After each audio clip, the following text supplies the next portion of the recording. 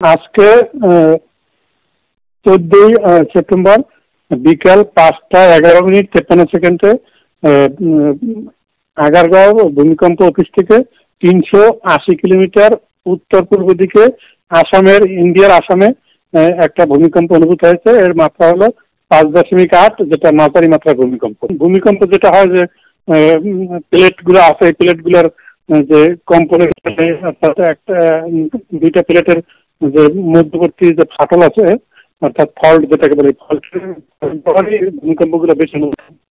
তো আমাদের বাংলাদেশের পাশে যে একটা মায়ানমার প্লেট আছে, আবার ইউরেশিয়ান প্লেট আছে।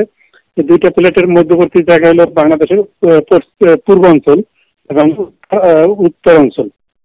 তো এই বরাবরই ভূমিকম্প গুলো বেশি হয়ে থাকে। আপনারা দেখবেন যে ভূমিকম্প যে যতগুলো রিসেন্ট সময়ে হয়েছে তার বেশিরভাগই আসাম, মেঘালয় এবং মায়ানমার বাংলাদেশের সীমান্ত বরাবর এই অঞ্চলগুলি হয়ে থাকে। কারণ এই অঞ্চলে যে প্লেটের যে ফল্ট, দুইটা প্লেটের যে সেই সংযোগ হয়েছে। এটা যেহেতু মাঝারি মাত্রা ভূমিকম্প, ফলে এটার তেমন বড় ধরনের ক্ষয়ক্ষতির সম্ভাবনা কম। 6 মাত্রার নিচে যে ভূমিকম্প গুলো, এগুলোর ক্ষয়ক্ষতির পরিমাণ কম থাকে এবং 6 মাত্রার উপরে যখন 7 বা তার বেশি হয়ে থাকে তখন এই ধরনের বড় ধরনের ভূমিকম্প হলে এর পরবর্তী সময়ে এর আবার হয়তো ওই একদিনের মধ্যে বা দিনে আবার এটার আফটার শেকিং হয়ে থাকে, সেটা সম্ভব।